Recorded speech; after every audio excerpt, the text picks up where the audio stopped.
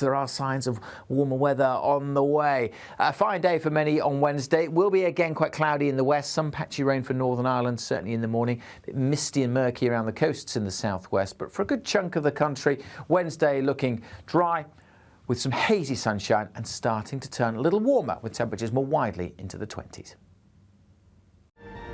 The temperature's rising. Boxed Solar, proud sponsors of weather on GB News.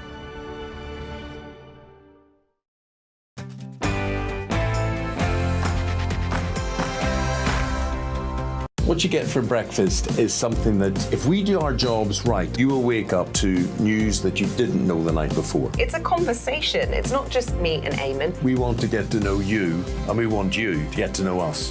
From 6, it's Breakfast with Eamon and Isabel. Monday to Thursdays on GB News, Britain's news channel. Westminster is going around in ever-decreasing circles, followed by the media. Britain is broken. How on earth did we get into this mess? But more importantly, how do we get out of it? Join me at 7 p.m, Monday to Thursdays on Farage, here on GB News. We will have open, rational debate. We've got to work out how Britain moves forward from this. Join us here on GB News, the People's Channel. Britain is watching. When the news happens, it happens here. And really important breaking news. Breaking news this morning. On TV, radio and online, the news starts here on Britain's Newsroom. All the biggest stories and the answers that you need from across the UK and beyond. Join Britain's Newsroom from 9:30 on GB News. The People's Channel, Britain's news channel. Join me, Patrick Christie's, Monday to Friday, 3 till 6. We tackle the day's news agenda like you've never seen before. It's high tempo, high octane, the most controversial topics and the best guests. You will not be able to take your eyes and ears off it. I'm not afraid to ask the questions that you really want answered. 3 till 6 p.m, Monday to Friday on GB News, the People's Channel, Britain's news channel. People in Britain, they love free speech, but they also love fair play. I don't care if I'm speaking somebody from a trade union, from the Labour Party, somebody from the SNP. And I think the viewers like to see that actually we can challenge one another, but in a positive way.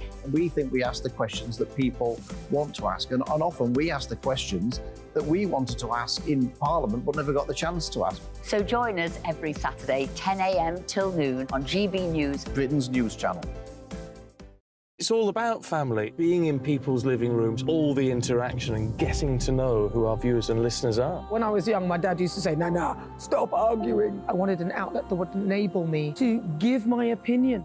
People are going through a really hard time right now, and I know that you don't feel like you're being listened to by the establishment. I came to GB News because it's the People's Channel, and I want the audience to have their say on the events of the day. We're dynamic. We do something different. Democracy shows that the wisdom of the nation is in its people.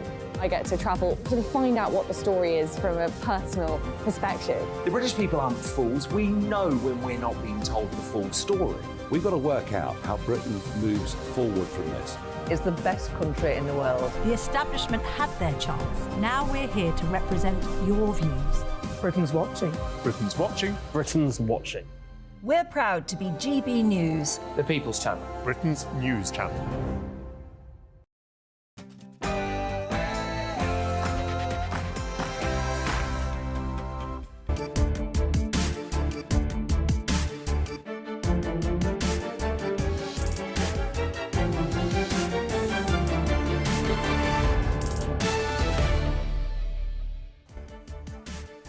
Hello, good evening, it's me, Jacob Rees-Mogg, on State of the Nation tonight.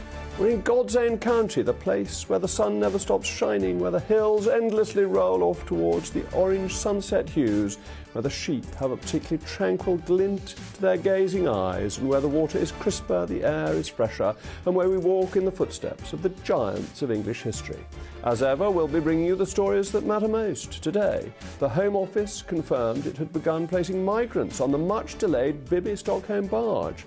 All of this came amidst the backdrop of speculation surrounding backup migration plans, including the use of Ascension Island for offshore processing. But surely all the story reveals is that we are clouded in distraction from the long-term solution, Rwanda. Speaking of the Home Office, new figures have shown that almost half of all crimes solved by the police do not result in charges. question of law and order repeatedly crops up in the news, but who better to have with me live in my house than the Avon and Somerset Police and Crime Commissioner, Mark Shelford. The ever-looming threat of China and its brutal communist regime remains at the forefront of the UK's security concerns. As it emerged over the weekend, ministers have warned that the CCP could use Chinese electric cars to spy on you, on British citizens. Plus, are we headed towards a cashless society? Well, just when you thought NatWest couldn't have damaged its reputation anymore, it has decided to introduce new limitations on cash withdrawals. Could it be time NatWest hired a new public relations department too? And stay tuned for tomorrow, because I'll be taking you on a house tour. Better, cheaper and less woke than the National Trust. Everything from the cider cellar to the Long Gallery that was used as a recuperation ward during the First World War. So welcome to West Hertfordshire, welcome to God's Own County. No, not Yorkshire, but Somerset. State of the Nation starts now.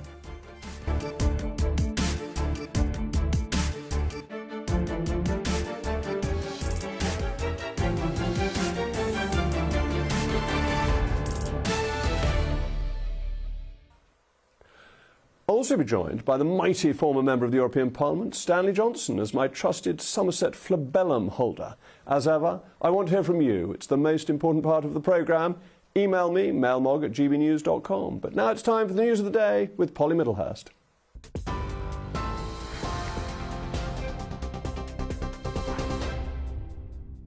Jacob, thank you, and good evening. Well, we begin with the news that police and emergency services are responding to an ongoing incident in Glasgow after the discovery of potentially hazardous substances. This incident is taking place at a flat in Old Tyre Street in Shettleston.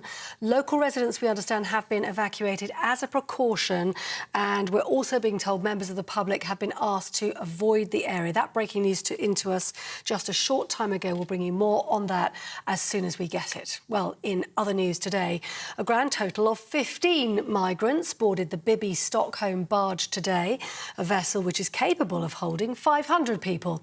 It's being reported that 20 others refused, through their lawyers, to get on board, who cancelled their transfer papers. Campaigners say the vessel is a safety risk. But Cheryl Avery, who's the Director of Asylum Accommodation, says all the safety issues have been addressed. With regards to security and safety, it's of absolute paramount importance to us as the Home Office. Anybody in our care needs to be looked after well. So we've gone through and made sure that we're working really closely with Dorset Fire and Safety and Fire and Rescue, apologies. And we have worked with the local authority as well to make sure that the safety of all individuals on site is of paramount importance. Well, a senior source has told GB News today that any plans to send asylum seekers to Ascension Island in the South Atlantic for processing is pie in the sky and unachievable.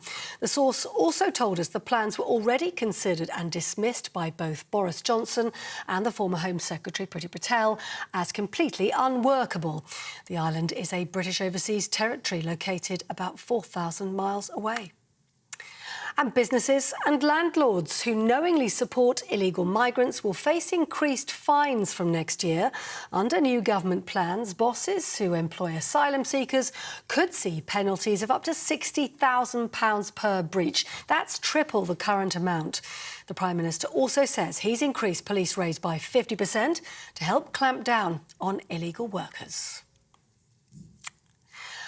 And sport, the Lionesses have secured a place in the quarter-finals of the Women's World Cup after a dramatic penalty shootout win over Nigeria.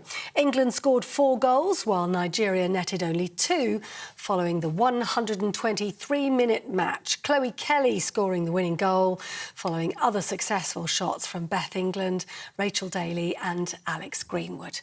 Lauren James was sent off during the match for stamping on one of the Nigerian players. Well, the team will face either Jamaica or Colombia in the quarter-finals on Saturday.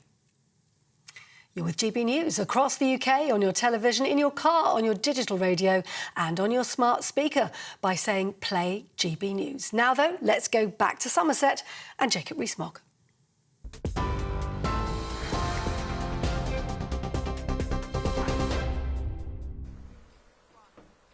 Today, the Home Office confirmed that the much-delayed and long-awaited Bibi's Stockholm barge began taking migrants on board as part of the scheme to house those who crossed the Channel while they wait for their asylum applications to be processed. But that wasn't all. Over the weekend, it was reported that ministers have resurrected old, dusty plans that could potentially see offshore asylum processing take place on Britain's overseas territory of the Ascension Island, 4,000 miles from the UK, in the South Atlantic. Indeed, this, along with other rumours of negotiations with 5 other African countries for Rwanda-style schemes, are part of contingency plans, apparently, if the Rwanda plan fails. But this is precisely the point. Rwanda has to succeed. All these other points are distractions. The Bibi Stockholm barge holds no more than 500 migrants. Last year, nearly 50,000 migrants crossed the Channel. So the Bibi Stockholm barge solves about 1% of last year's crossings. Similarly, with the proposals for using Ascension Island to conduct offshore processing, this won't really answer the problem. I remember the discussions about the Ascension Islands when I was still in the government. It would cost about £1 million per migrant. Ascension Island is little more than a US airbase. There is practically no infrastructure on the island, so we would have to pay for a long list of costs. We would have to build homes for the builders who would build the processing facility and the places for the migrants to go. It would be a question of who's taking care of the caretaker's daughter whilst the caretaker's busy taking care. We'd have to pay for their meals, which would have to be flown in from abroad. It would all have to be transported. It's too expensive. It's not feasible. Similarly, with the rumours about Rwanda-style deals with other African countries, there would be similar legal challenges causing further delay. So in other words, the Bibi Stockholm barge, Ascension Island, other third countries are all distractions. What they demonstrate is that the Rwanda plan must work. It is the only one single viable solution to the migrant crisis. Why? Because it provides a deterrent which should reduce the numbers coming illegally into the United Kingdom. So all eyes should gloss over Ascension, Bibi Stockholm or other third countries and focus on the forthcoming Supreme Court showdown between the government and the Court of Appeals. It's essentially who rules, you or the lawyers. But of course, I want to know your thoughts. Don't forget to let me know what you think, mailmog@gbnews.com. But I'm delighted to be joined now by GB News senior commentator Nigel Nelson. Nigel, thank you for coming on, and I'm sorry you're not in Somerset, but we can't all have everything. Do you agree with me that Rwanda is really the only game in town and that other things are a distraction? No, I think that Rwanda is just another gimmick in the same way that Bibi Stockholm is, as you pointed out, that the barge will only solve a very small part of the problem. And I think the same thing applies to Rwanda. You've mentioned the cost of this bonkers idea of Ascension Island, over £1 million. I mean, it's never going to happen, we know that.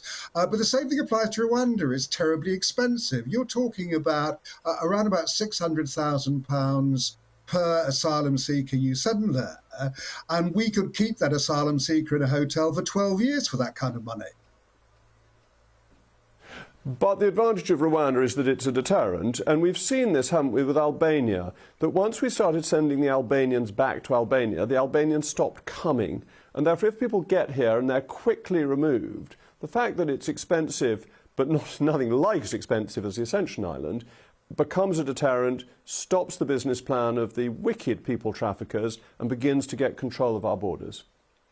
Well, is it a deterrent? I mean, when Suella Braverman went there, she said it was so wonderful. She was thinking of incorporating the same decor in her own home.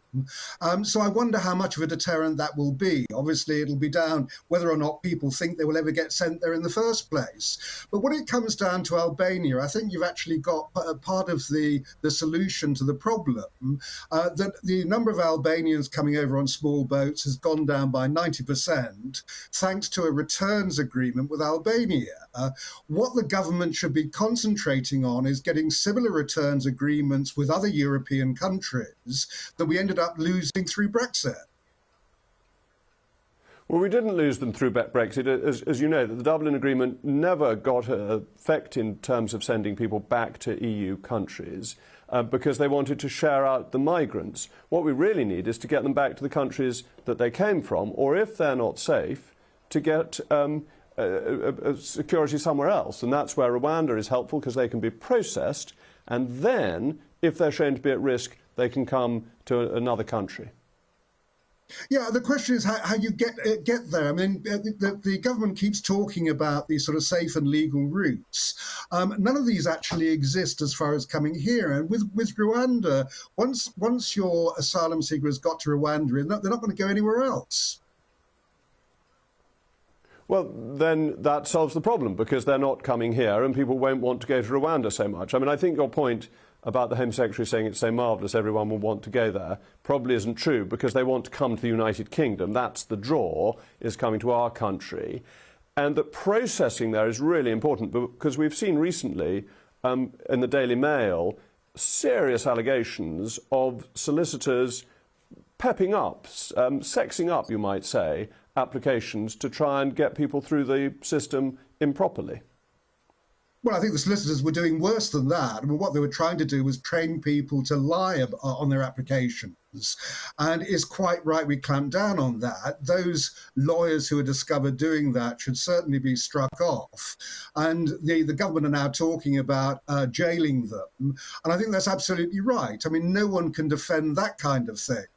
The point really is that why is the government not actually doing something to really stop the draw of the English Channel? What we need, obviously, is the returns agreement. We need the backlog, 173,000 asylum claims at the moment still pending. We need that dealt with more caseworkers. And we need to change the system where people have to apply for asylum on British soil. And that's the biggest draw of all for the small boat crossers. Thank you, Nigel. As always, a pleasure talking to you. But with me here now is the great Stanley Johnson, who was in Ascension Island recently, and you're wearing your Falkland Islands tie. Well, I am. What you do is you go to Bryce Norton, a long flight, not in the RAF Comet, but something, something more modern than that. If you're really lucky, you fly onto the Falklands. Well, I didn't hear the whole real conversation with Nigel for technical reasons, like I'm not wired in. But I would say that I would agree with you. I don't think Ascension is a goer. It's not a goer. When I went down there, it was for look at the turtles and the albatross, and above all, to try and lobby, quote unquote, the people on the Ascension to say the idea of a no-take zone, a wonderful marine protection area, is exactly what we need. And I've got to say, the government, and I've got to say Zach Goldsmith, or our old friend Zach, pushed very hard, and there is now a marine protection area around Ascension. So yes, it has a fantastic protective function, but I don't think it's going to be for the immigrants, and I don't think there's any point throwing the Falklands into the cast into that kitty, because I think that might push the Falkland Islands to say, maybe we should be Malvinas after all. Well, I think the Falkland Islands Council has said that they don't want to do it, and there is a democracy in the Falklands. Well, so I think essentially, you're not allowed to vote, and none of those 900 people have a right to vote for reasons I can't remember now, but that's where it is.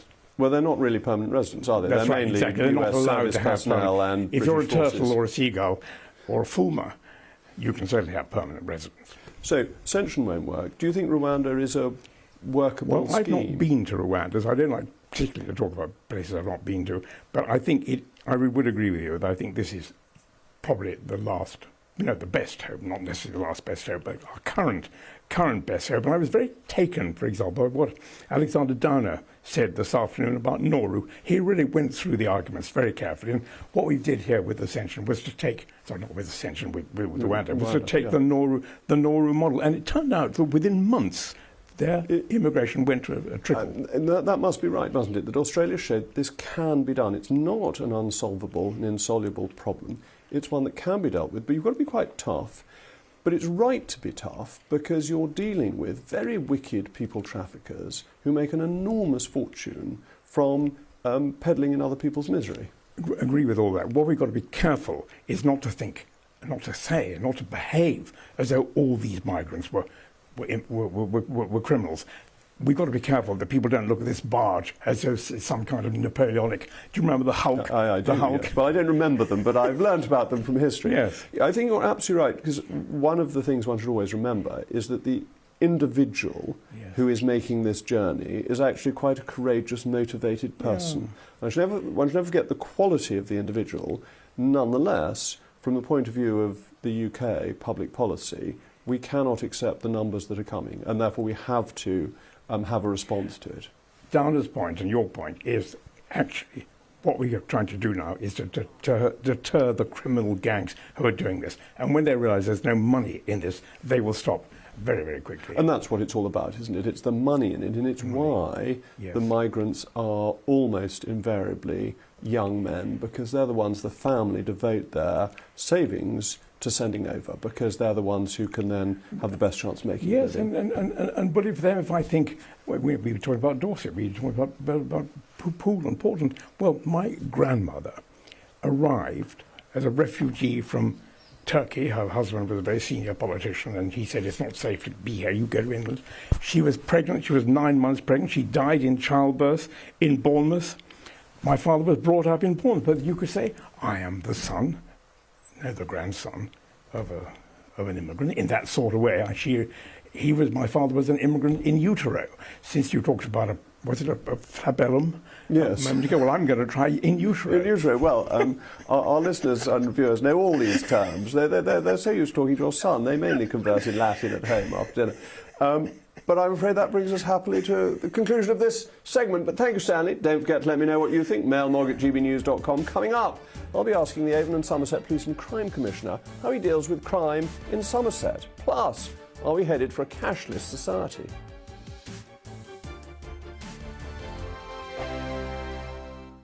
What you get for breakfast is something that, if we do our jobs right, you will wake up to news that you didn't know the night before. It's a conversation. It's not just me and Eamon. We want to get to know you, and we want you to get to know us. From 6, it's Breakfast with Eamon and Isabel. Monday to Thursdays on GB News, Britain's news channel. Westminster is going around in ever-decreasing circles, followed by the media. Britain is broken. How on earth did we get into this mess? But more importantly, how do we get out of it? Join me at 7 p.m, Monday to Thursdays on Farage, here on GB News. We will have open, rational debate. We've got to work out how Britain moves forward from this. Join us here on GB News, the People's Channel. Britain is watching. When the news happens, it happens here. And really important breaking news. Breaking news this morning. On TV, radio and online, the news starts here on Britain's newsroom. All the biggest stories and the answers that you need from across the UK and beyond. Join Britain's newsroom from 9:30 on GB News. The People's Channel, Britain's news channel.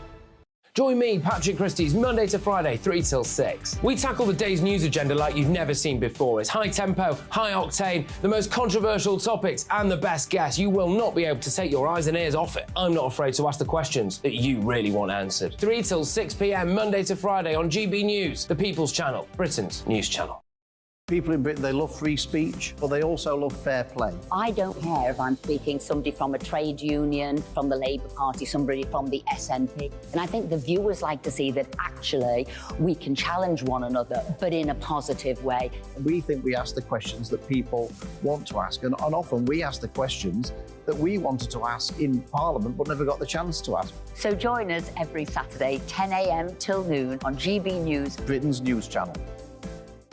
It's all about family, being in people's living rooms, all the interaction and getting to know who our viewers and listeners are. When I was young, my dad used to say, "Nah, stop arguing." I wanted an outlet that would enable me to give my opinion. People are going through a really hard time right now, and I know that you don't feel like you're being listened to by the establishment. I came to GB News because it's the People's Channel, and I want the audience to have their say on the events of the day. We're dynamic. We do something different. Democracy shows that the wisdom of the nation is in its people. I get to travel to find out what the story is from a personal perspective. The British people aren't fools. We know when we're not being told the full story. We've got to work out how Britain moves forward from this. It's the best country in the world. The establishment had their chance. Now we're here to represent your views. Britain's watching. Britain's watching. Britain's watching. We're proud to be GB News, The People's Channel. Britain's news channel.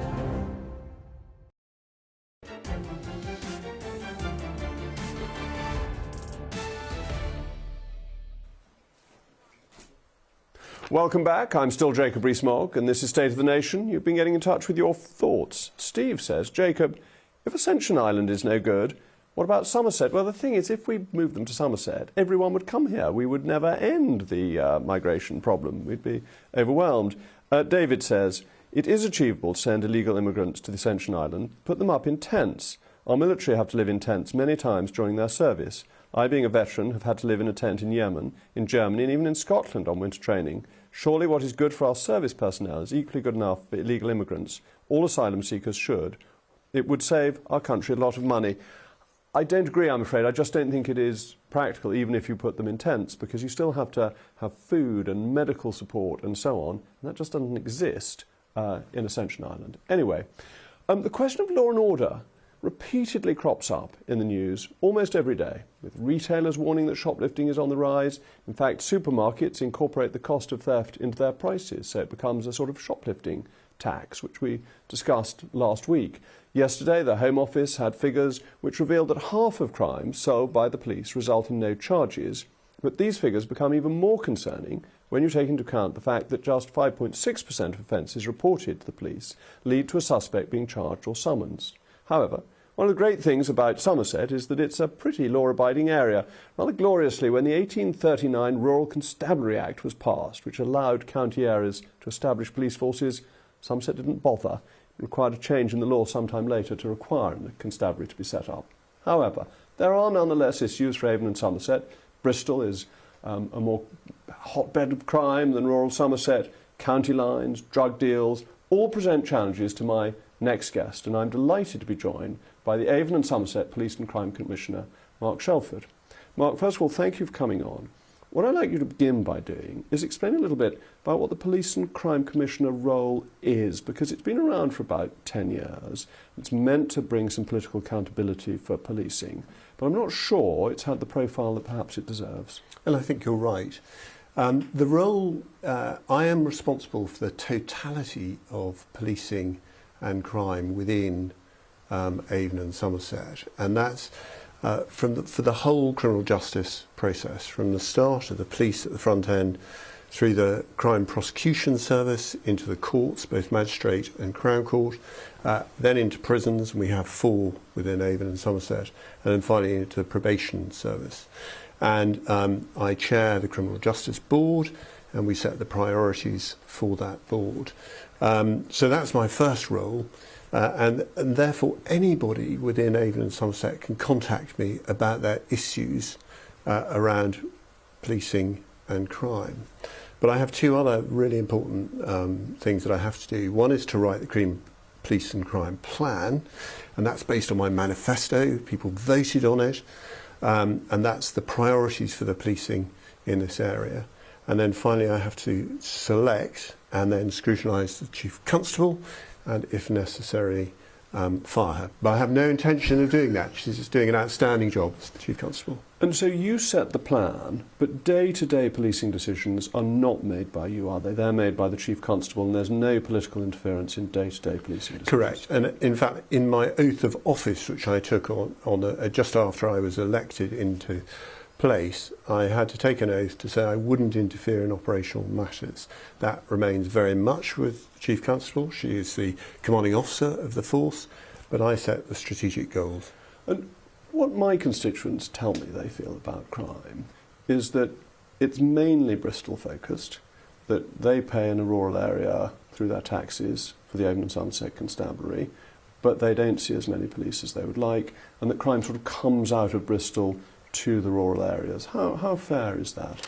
I think there is significant crime in Bristol, but there's also significant crime in the rural areas. And if you think about a quarter of the police calls that are received are crime, but 3/4 are non-crime.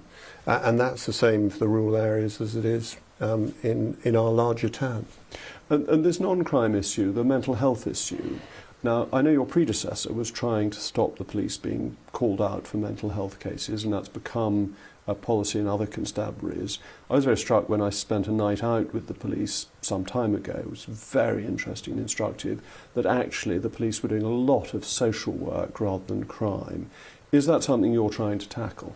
Well, we're trying to do it in a balanced way because crime has become much more complicated. If you talk to experienced police officers, they'll say somebody that they arrested 10 years ago was a much more simple arrest and process. Now it's very complicated. Quite a lot of them have addiction issues and mental health issues.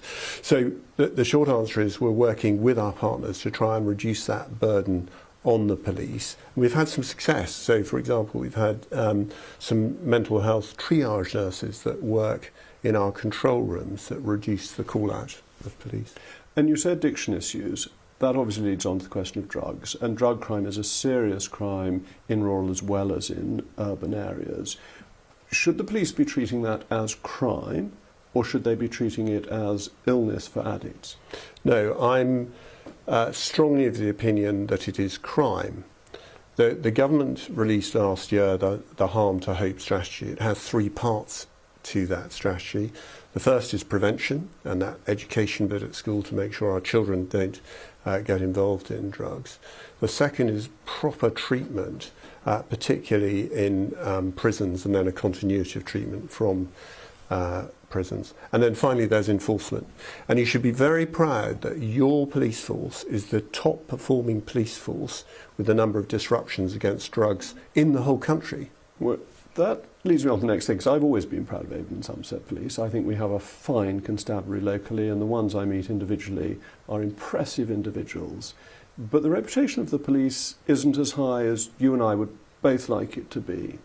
And I wonder whether that's partly the policing of protest, that people feel this is inconvenience for them and the police don't act smartly enough. The Colston statue comes to mind, and you weren't the Police and Crime Commissioner at that point, but I imagine you were pretty dismayed when the police allowed that to happen.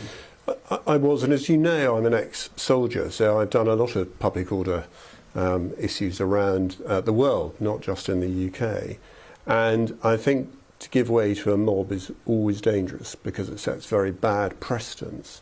And you could argue that the attack on the Bridewell police station a few months later was a direct result of the Colston statue. I'm happy to say that I think the police and Avon and Somerset are particularly good at looking after different demonstrations. They liaise very well, and mostly they pass off peacefully and well. But the police are trained to deal with them, and they're very good. In fact, a couple of weeks ago, I went down to the training centre and experienced petrol bombs being thrown at police officers, and brought back happy memories from my training in the army. So you were able to give them tips as how to use it. And do you think that's part of reassuring the public to have confidence? Because that is an issue at the moment. And was it helped by the Chief Constable saying that she thought Avon and Somerset were institutionally racist? Does that tell you anything? You're not racist. The Chief Constable isn't racist. What is this institutional racism? Well, I think you have to look at the Macpherson definition, and people inadvertently disadvantaging different groups.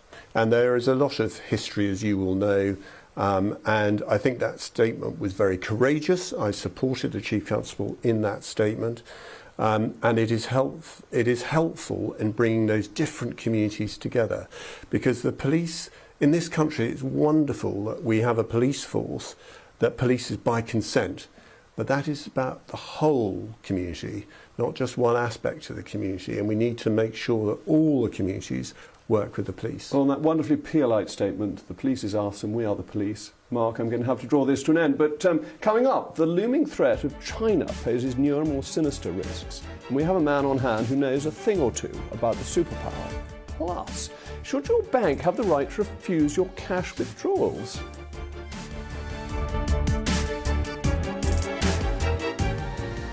Looks like things are heating up. Boxed boilers, proud sponsors of weather on GB News. Evening, I'm Alex Deakin and this is your latest weather update from the Met Office for GB News. Bit of a north-south split with the weather tomorrow. Mostly fine across the north, whereas in the south quite a grey Tuesday with rain and drizzle. From this little weather feature, it doesn't look much, does it? But it is introducing more cloud, rain and drizzle as we go through the evening, and it'll continue across the south overnight. We do have some showers around across northern Scotland at the moment. Some heavy ones here and there as well. They'll steadily fade through the night, and then a good part of Scotland, Northern Ireland, northern southern and eastern England will be dry and clear through the night, and that will allow it to turn a little chilly. Temperatures down into single figures. A mild night in the southwest because the cloud is moving in. It's going to make for a miserly, drizzly start across South and West Wales and southwest England. And some of that light rain and drizzle will trickle towards the Midlands and eventually towards the southeast. So after a bright start here and for East Anglia, it will cloud over. Much of northern England, though, Northern Ireland, central southern Scotland having a fine day with some sunny spells. Just a few showers in the far north where it'll still be breezy. And still on the cool side, temperatures struggling to reach 20 degrees for most of us. But there are signs of warmer weather on the way. A fine day for many on Wednesday. It will be again quite cloudy in the west. Some patchy rain for Northern Ireland, certainly in the morning. A bit misty and murky around the coasts in the southwest. But for a good chunk of the country, Wednesday looking dry with some hazy sunshine and starting to turn a little warmer with temperatures more widely into the 20s. Looks like things are heating up. Boxed boilers, proud sponsors of weather on GB News.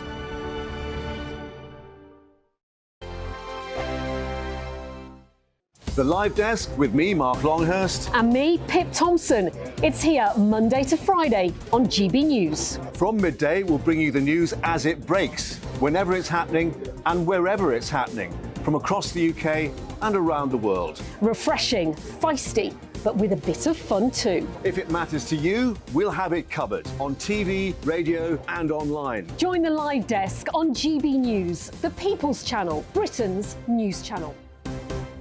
So Jubes and Kerr, we tackle the issues of the day with real robust debate, both sides of the fence, battling it out with me in the middle with my forthright opinions and views. And often really interesting things happen because you start with a position and then by the end of the debate you find actually, well, I might not have thought about that one. What we need in this country is 2 new political parties. You should maybe think about doing a 2024 calendar.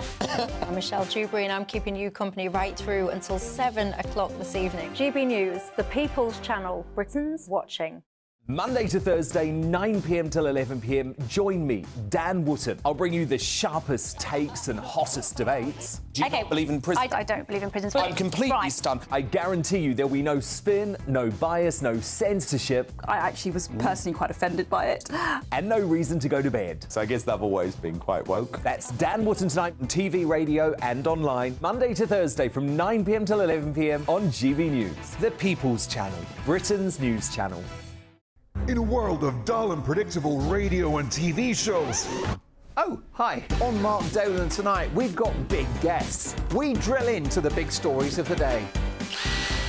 The show adds up to a brilliant listening and viewing experience. Mark Dolan Tonight is the most entertaining current affairs show ever, and that's a fact. That's Mark Dolan Tonight, Friday, Saturday and Sunday from 9.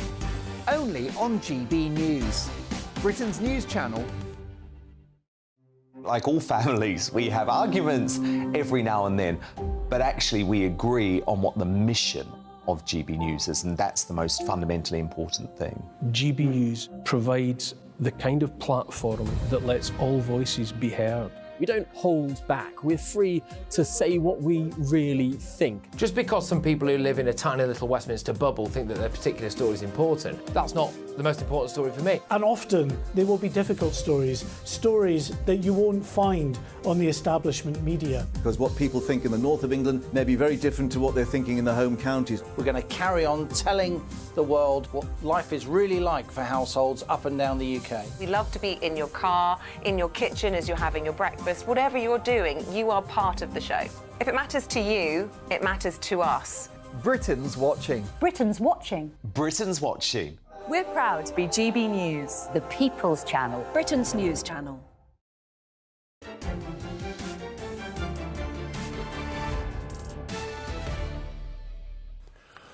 Welcome back. I remain Jacob Rees-Mogg, and you've been getting in touch with your thoughts.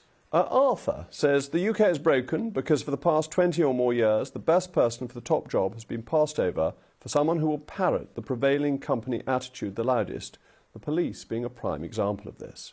And Judith, may I say I am very much enjoying your programme. Thank you, Judith, as always, and I'm most impressed by your dress-down Monday look. I shall expect to see you in jeans in due course, no doubt. Judith, I think that might be a little bit racy for me, I hope you will forgive tweed as I'm in Somerset.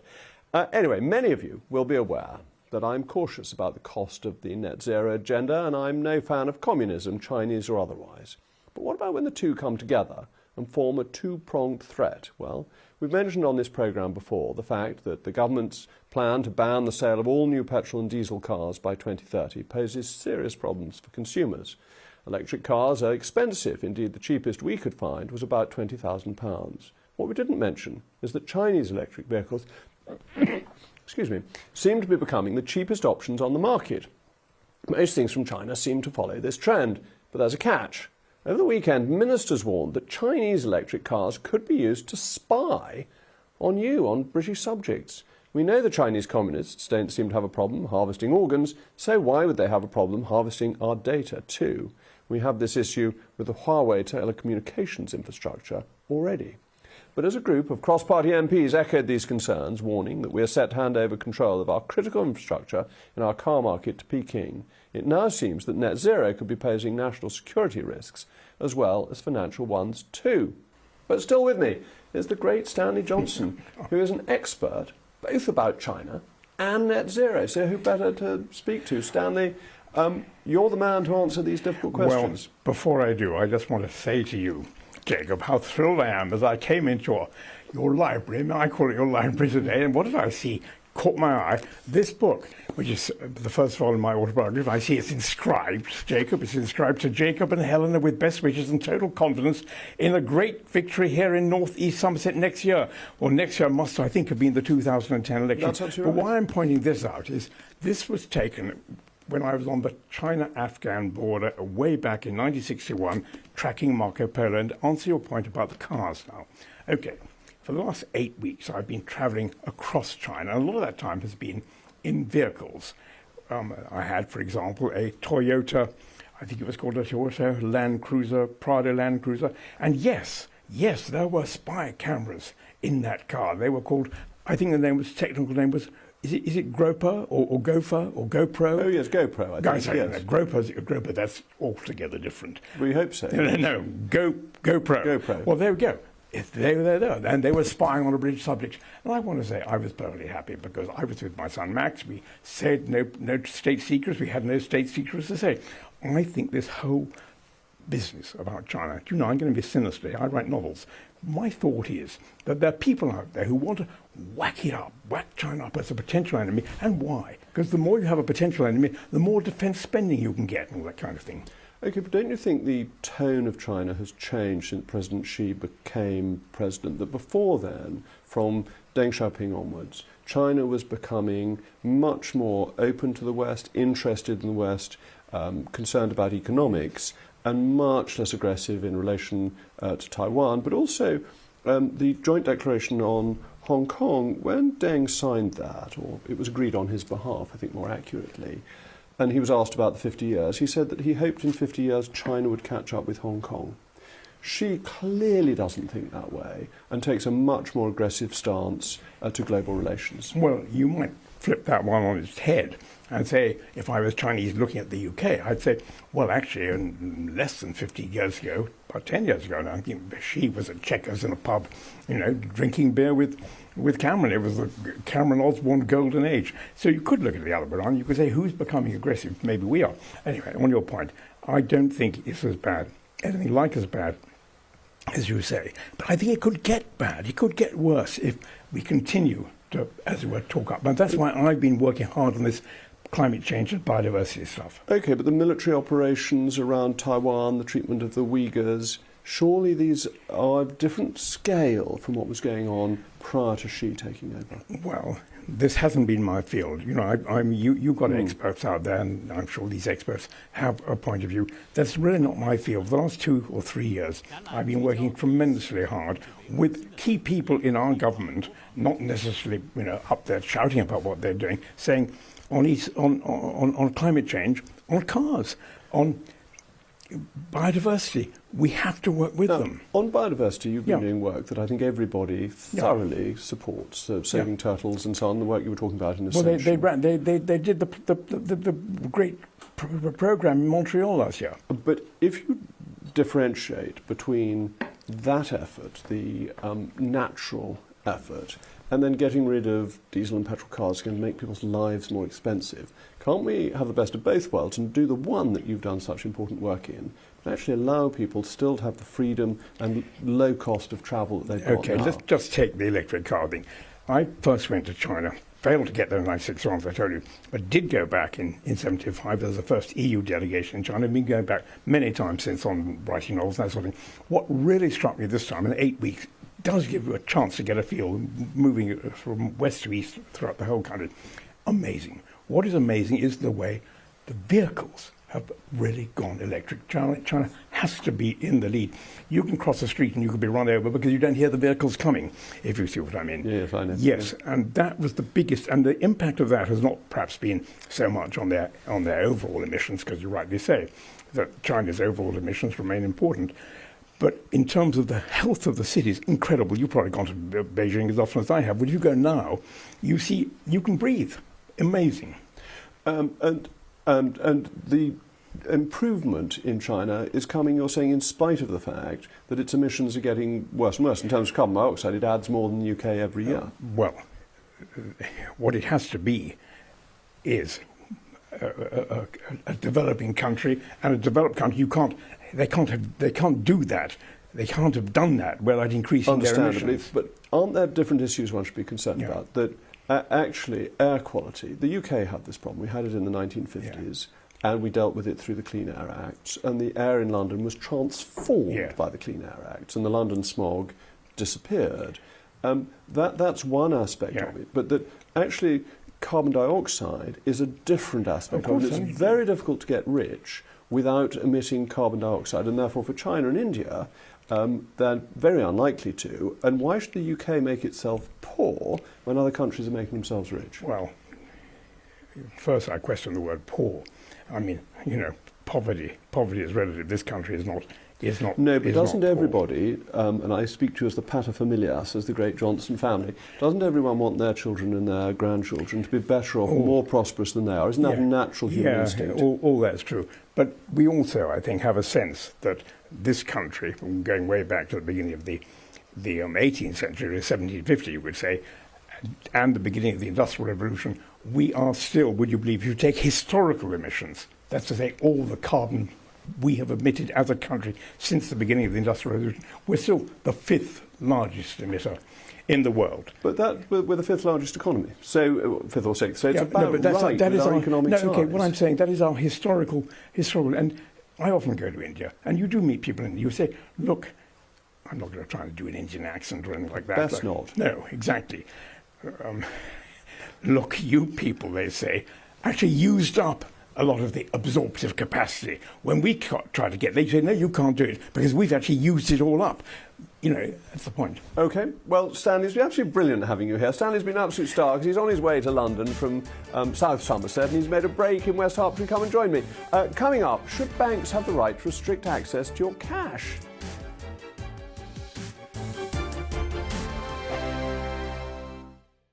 Monday to Thursday nights on GB News. At 6, it's Dubes & Co. 7 o'clock, Farage. At 8, join Jacob Rees-Mogg. And at 9, Dan Wootton Tonight, followed by headliners on TV, radio and online.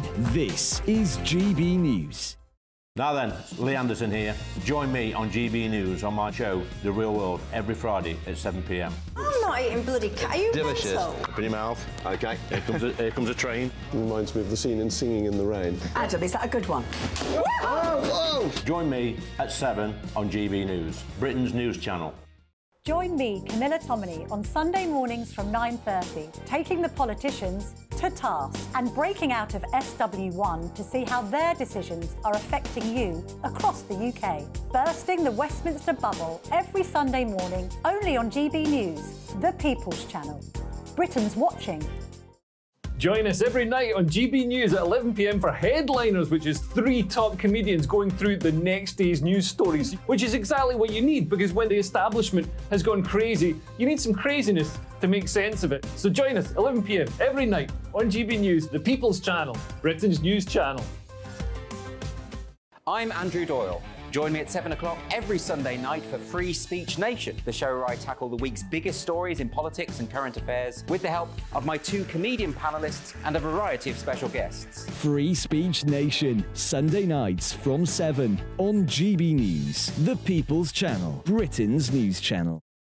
Every Sunday from 11, join Michael Portillo. There'll be topical discussion, looking at the week before and the week to come. So kick back and relax at 11 a.m. on Sundays on GB News with me, Michael Portillo. GB News, the People's Channel, Britain's news channel. I joined GB News because I was sick and tired of not hearing my views being represented, not just mine, but so many people that I knew and spoke to. I just couldn't get my voice out there. I couldn't say anything. I couldn't do anything. Whatever the narrative was, I kind of had to follow it. GB News is there to provide a voice for those who have been ignored by the establishment media. We think different things, we've got a different style. GB News is here to be optimistic and positive about the future. It's real kind of dynamic and flowing, with the audience very much at the heart of it, like a big family. Here at GB News, we talk about the things that matter to you. Hearing the voices from right across our towns and cities, especially our towns. All sides of the argument represented with a heavy dose of opinion. We're on a mission here to make a difference. And the GB News family really is here for you, and whatever time of day you can watch or listen. Britain's watching. Britain's watching.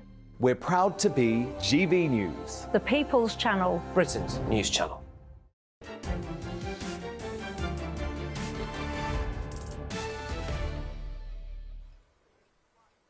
Welcome back. I continue to identify as Jacob Rees-Mogg, and this is State of the Nation. You've been getting in touch with your mail mogs, but I've got a special guest reader of mail mogs today, the one and only Peter Rees-Mogg. Well, Alfred has said, we're asleep at the wheel. China has spread its tentacles not only through the UK, but Europe as well, and to a lesser degree, the USA, especially in universities and those areas of defence and technology. And Chris has said, hi Jacob, please could you tell us about the history of your house and the fireplace? It looks beautiful. Oh, well, that's a very good question. I can try and answer both of those. I think we have been a bit slack about China, and China has become more problematic, as I was discussing with Stanley, since the coming to office of Xi Jinping, that he has a different approach and a more aggressive approach. But the fireplace is really very interesting, that it has the arms of the Bucklands and the Phillips, and it was a Mr. Buckland who built this house, having married a Miss Phillips, of Montacute House, also in Somerset, which was the Phillips family house and is now owned by the National Trust, and was where George Nathaniel Curzon lived before he founded the National Trust. So, moving on. Perhaps just when NatWest may think it has finally escaped the wrath of the free press over its disastrous handling of Nigel Farage's personal information, it found itself once again wrapped up in controversy, this time over the issue of cash. As you may be aware, GB News launched a very successful Don't Kill Cash campaign, reaching 250,000 signatures just moments ago, pushing the government to protect the status of cash as legal tender until at least 2050. I'm an advocate of using cash. I like cash. It has a physical utility, but also it means the government and my bank don't have to know everything that I spend money on, which isn't really their business. Well, NatWest, in its latest act of self-harm, has granted itself new powers permitting it to set limits on inbound and outbound payments, along with restrictions on the amount of cash customers can withdraw from their accounts. So is this a sinister push towards a cashless society, or is it merely the march of progress? Well, I'm joined now by Toby Young, General Secretary of the Free Speech Union. Toby, thank you as always for joining me. I, of course, remember that wonderful film, Mary Poppins. And when little Master Banks wants to take his money out of the bank, actually he doesn't want to put his money in the bank, he wants to buy a bag of birdseed, he leads to a run on the bank. So why is NatWest saying you can't take your cash out, which seems to me to be an absolute fundamental of banking, along with not giving out secrets about your customers, but if your customers want their cash out, you have to give it, don't you? Yes, you do. And I can think of another scene in another popular film, It's a Wonderful Life, in which a bank run is triggered by a bank being unable to give out people's cash when they ask for it. So, yeah, it does seem a slightly rash thing to do. And you asked, is this a portent of something sinister in our future? And I think it likely is, because the leaflet that NatWest issued describing this change, justifying this change, was called Tomorrow Begins Today, which sounds like the kind of utopian language, the dystopian language you'd expect to see in a sci-fi film about the future. And clearly, NatWest is envisaging a time when we are an entirely cashless society. And that seems particularly tin-eared, given that one of the dangers of a cashless society is that it gives more powers to banks, because if they can debank you, you're effectively stymied. You can't pay your rent, you can't pay your groceries. So NatWest is effectively saying, we're going to debank people whose political opinions we disapprove of, like we did Nigel Farage, although it has apologised for that and the CEO has resigned. But nonetheless, to do that and then to say that tomorrow means a cashless society, I think is a particularly sinister combination. But, Toby, haven't we just got frightfully middle-aged? And that actually people who are just 10 years younger than us never use cash anymore? And one speaks to lots of people who go month by month without using cash, and that those of us who still like paying taxi drivers with cash, which I always try to do, are basically old dinosaurs.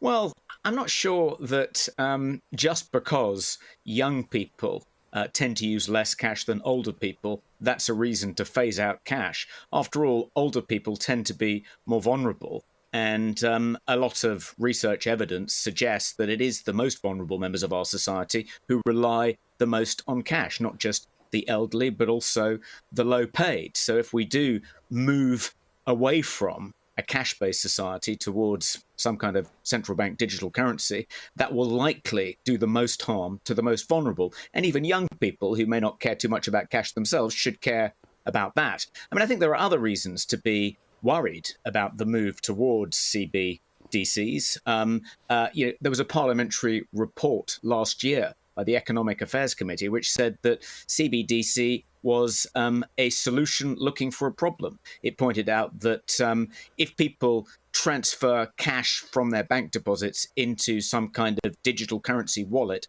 that could exacerbate financial instability in periods of instability.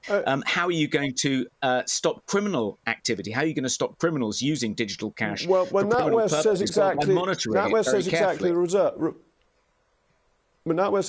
the reverse. They say that they're doing this to protect their customers from fraud. I assume because they're worried that a fraudster may persuade somebody to go to the bank, take out all the cash and give it to the fraudster.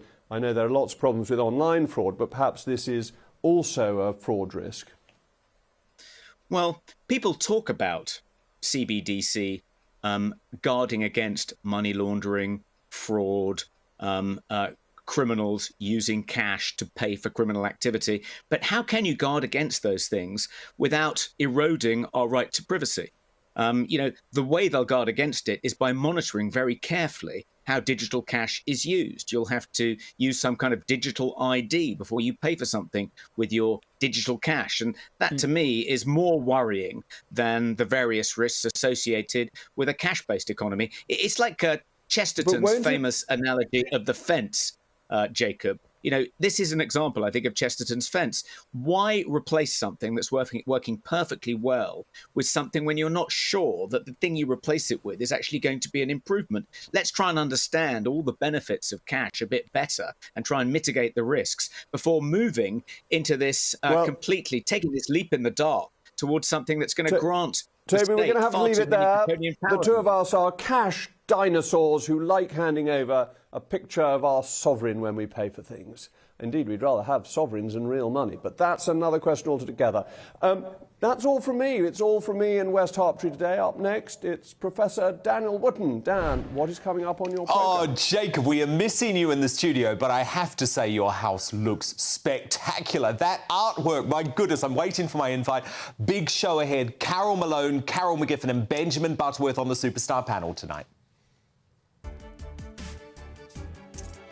Well, as always, that's great stuff. I'm Jacob Rees-Mogg from God's Own Country. The sun was shining today, will be shining tomorrow. That's State of the Nation. I'll be back here tomorrow. Join me at 8 o'clock. Thank you.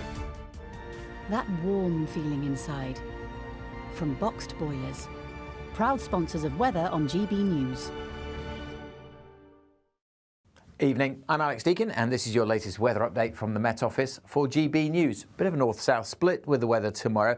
Mostly fine across the north, whereas in the south quite a grey Tuesday with rain and drizzle. From this little weather feature, it doesn't look much, does it? But it is introducing more cloud, rain and drizzle as we go through the evening, and it'll continue across the south overnight. We do have some showers around across northern Scotland at the moment. Some heavy ones here and there as well. They'll steadily fade through the night, and then a good part of Scotland, Northern Ireland, northern and eastern England will be dry and clear through the night, and that will allow it to turn a little chilly. Temperatures down into single figures. A mild night in the southwest because the cloud is moving in. It's going to make for a miserly, drizzly start across south and west Wales and southwest England. And some of that light rain and drizzle will trickle towards the Midlands and eventually towards the southeast. So after a bright start here and for East Anglia, it will cloud over. Much of northern England, though, Northern Ireland, central southern Scotland having a fine day with some sunny spells. Just a few showers in the far north where it'll still be breezy. And still on the cool side, temperatures struggling to reach 20 degrees for most of us. But there are signs of warmer weather on the way. A fine day for many on Wednesday. It will be again quite cloudy in the west. Some patchy rain for Northern Ireland, certainly in the morning. A bit misty and murky around the coasts in the southwest. But for a good chunk of the country, Wednesday looking dry with some hazy sunshine and starting to turn a little warmer with temperatures more widely into the 20s. That warm feeling inside from boxed boilers. What you get for breakfast is something that, if we do our jobs right, you will wake up to news that you didn't know the night before. It's a conversation. It's not just me and Eamon. We want to get to know you, and we want you to get to know us. From 6, it's Breakfast with Eamon and Isabel. Monday to Thursdays on GB News, Britain's news channel. Westminster is going around in ever-decreasing circles, followed by the media. Britain is broken. How on earth did we get into this mess? But more importantly, how do we get out of it? Join me at 7 p.m, Monday to Thursdays on Farage, here on GB News. We will have open, rational debate. We've got to work out how Britain moves forward from this. Join us here on GB News, the People's Channel. Britain is watching. When the news happens, it happens here. And really important breaking news. Breaking news this morning. On TV, radio and online, the news starts here on Britain's Newsroom. All the biggest stories and the answers that you need from across the UK and beyond. Join Britain's Newsroom from 9:30 on GB News. The People's Channel, Britain's news channel. Join me, Patrick Christie's, Monday to Friday, 3 till 6. We tackle the day's news agenda like you've never seen before. It's high tempo, high octane, the most controversial topics and the best guests. You will not be able to take your eyes and ears off it. I'm not afraid to ask the questions that you really want answered. 3 till 6 p.m, Monday to Friday on GB News, the People's Channel, Britain's news channel. People in Britain, they love free speech, but they also love fair play. I don't care if I'm speaking somebody from a trade union, from the Labour Party, somebody from the SNP. And I think the viewers like to see that actually we can challenge one another, but in a positive way. We think we ask the questions that people want to ask, and often we ask the questions that we wanted to ask in Parliament but never got the chance to ask. So join us every Saturday, 10 a.m. till noon on GB News, Britain's news channel. It's all about family, being in people's living rooms, all the interaction and getting to know who our viewers and listeners are. When I was young, my dad used to say, "Nana, stop arguing." I wanted an outlet that would enable me to give my opinion. People are going through a really hard time right now, and I know that you don't feel like you're being listened to by the establishment. I came to GB News because it's the People's Channel, and I want the audience to have their say on the events of the day. We're dynamic. We do something different. Democracy shows that the wisdom of the nation is in its people. I get to travel to find out what the story is from a personal perspective. The British people aren't fools. We know when we're not being told the full story. We've got to work out how Britain moves forward from this. It's the best country in the world. The establishment had their chance. Now we're here to represent your views. Britain's watching. Britain's watching. Britain's watching. We're proud to be GB News, the People's Channel, Britain's news channel.